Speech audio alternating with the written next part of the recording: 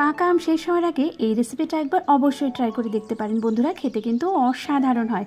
বাড়ির সকলে কিন্তু ভীষণ পছন্দ করবে পাকা আমের এই রসালো মালপোয়া, যেগুলো কিন্তু খেতে গোলাপ জামের থেকে কোনো অংশেই কম হয় না বন্ধুরা।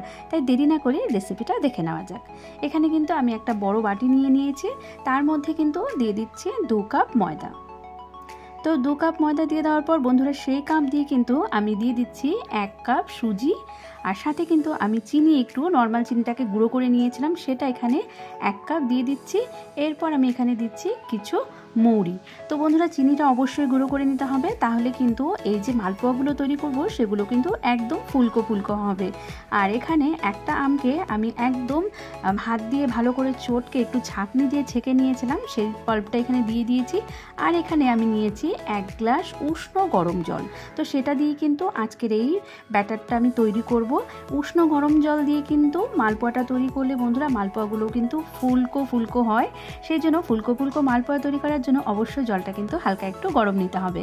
এবারে কিন্তু বেঁচে যাওয়া আমের যে পাল্পটা সেটা আমি এর মধ্যে দিয়ে দিচ্ছি, দিয়ে কিন্তু এটাকে ভালো করে একটু মিক্স করে নিয়ে কিন্তু এখন এটাকে কিছুক্ষণ রেস্টে রেখে দিতে হবে। তো বন্ধুরা আমার কিন্তু জল এতটা লেগেছে, এবার কিন্তু এটা ঢাকা দিয়ে আমি রেখে দিচ্ছি আধ ঘন্টার জন্য। তো আধ ঘন্টা পর কিন্তু একটু ফুলে যাবে বন্ধুরা, সেই সময় কিন্তু যদি প্রয়োজন হয় একটু জল দেওয়া যাবে। আমি দিচ্ছি না এখানে, কারণ যেহেতু মালপোয়াটা কিন্তু একটু গাঢ় করে কিন্তু ব্যাটারটাকে তৈরি করতে হবে। এবার তেলটাকে খুব ভালো করে গরম করে নিয়েছি, আর এখানে কিন্তু দেওয়ার সাথে সাথে কিন্তু বন্ধুরা তেলটা একটু উপরের দিকে দিয়ে দিতে হবে। এতে কিন্তু প্রত্যেকটা মালপোয়া কিন্তু একদম লুচির মতোই কিন্তু ফুলে উঠবে। তো এইভাবে করেই কিন্তু উল্টে পাল্টে মালপোয়াটা আমি ভেজে নিলাম। তো বন্ধুরা এখানে কিন্তু আমি কোনো রকম কাট করিনি ভিডিওতে, জাস্ট ভিডিওটাকে একটু স্পিড বাড়িয়ে দিয়েছি।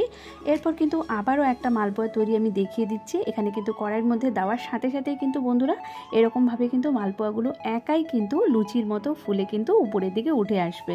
তো বন্ধুরা খুব সহজে কিন্তু এই মালপোয়াগুলো তৈরি করে নেওয়া যায়। প্রত্যেকটা মালপোয়াই কিন্তু ফুলকো হবে যদি কিন্তু উষ্ণ গরম জল আর চিনি গুঁড়ো করে নিয়ে কিন্তু ব্যাটারটা তৈরি করতে হবে। এবার কিন্তু প্রত্যেকটা মালপোয়া তৈরি হয়ে যাওয়ার পর আমি কিন্তু আগে থেকেই একটু শিরা বানিয়ে রেখেছিলাম। 2 কাপ চিনি দিয়েছি আমি, তার মধ্যে 1 কাপ জল দিয়ে জাস্ট একটু ফুটিয়ে নিয়েছিলাম। সেই শিরাটাই কিন্তু আমি এর মধ্যে দিয়ে এখন কিন্তু এটাকে ঢাকা দিয়ে আমি রেখে দিচ্ছি আধ ঘন্টার জন্য। সময় বেশি থাকলে আপনারা কিন্তু আরেকটু বেশিও রাখতে পারেন। তো বন্ধুরা আমি ফিরে এলাম 30 মিনিট পর।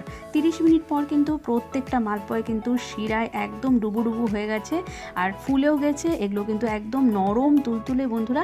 এইভাবে আপনারাও কিন্তু এই পাকা আমের রসালো মালপোয়া তৈরি করে বাড়িতে কিন্তু একবার অবশ্যই খাবেন এই আমের সিজন থাকা। তো বন্ধুরা এই ছিল আমার আজকের রেসিপিটা ভালো লাগলে লাইক শেয়ার সাবস্ক্রাইব করে পাশে থাকার অনুরোধ রইল। ধন্যবাদ।